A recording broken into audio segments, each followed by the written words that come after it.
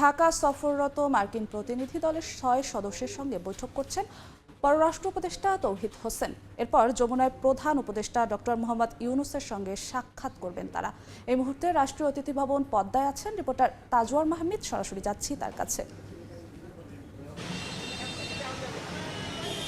দেখুন, অন্তর্বর্তীকালীন সরকার দায়িত্ব গ্রহণের পর থেকে কিন্তু এটি প্রথম বৈদেশিক কোনো উচ্চ পর্যায়ের সফর বাংলাদেশে অনুষ্ঠিত হচ্ছে এবং এখানে ডোনাল্ড লুর অ্যাসিস্ট্যান্ট সেক্রেটারি মার্কিন পররাষ্ট্র দপ্তরের এবং পাশাপাশি মার্কিন ট্রেজারি দপ্তরের আন্তর্জাতিক অর্থায়ন বিষয়ক ডেপুটি আন্ডার সেক্রেটারি যিনি আছেন ব্রেন্ড আইজ্যাক নেমেন, তারা কিন্তু এই সফরটিতে নেতৃত্ব দিচ্ছেন এবং এই সফরে কিন্তু বেশ কয়েকটি কূটনৈতিক এবং অর্থনৈতিক দিক কিন্তু এখানে আলোচিত হবে বলে আমরা ধারণা করছি। বিশেষ করে বাংলাদেশের সঙ্গে যুক্তরাষ্ট্রের যে একটি কূটনৈতিক সম্পর্কে টানাপোড়েন চলছিল শেখ হাসিনার আমলের শেষ দিকে, সেটি কিন্তু এইবার নিরসন হবে বলে আমরা ধারণা করছি এবং পাশাপাশি যুক্তরাষ্ট্র কিন্তু ইতিমধ্যে জানিয়েছে যে ডক্টর ইউনূসের নেতৃত্বাধীন যে অন্তর্বর্তীকালীন সরকার আছে সেটিতে কিন্তু তারা পূর্ণদমে সমর্থন করছেন এবং পাশাপাশি এটিও একটি বড় গুরুত্বের জায়গা যে ভারত হয়ে অর্থাৎ দিল্লি হয়ে কিন্তু ডোনাল্ড লু ঢাকায় আসছেন। সেক্ষেত্রে দিল্লি যে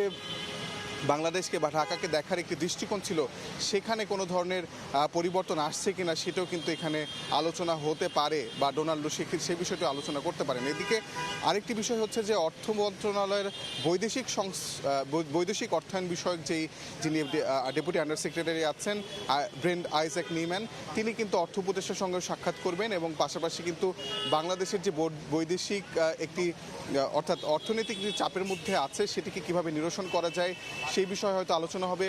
বিশেষ করে বৈদেশিক ঋণ নেওয়ার ক্ষেত্রে হয়তো কিছু বিষয় আলোচনা হতে পারে বা সামনের দিনে এই অর্থনৈতিক যে ধাক্কাটি সেটি কীভাবে সামাল দেওয়া হবে মার্কিন যুক্তরাষ্ট্রের সহায়তায়, সেই বিষয়গুলো হয়তো আলোচনা হবে।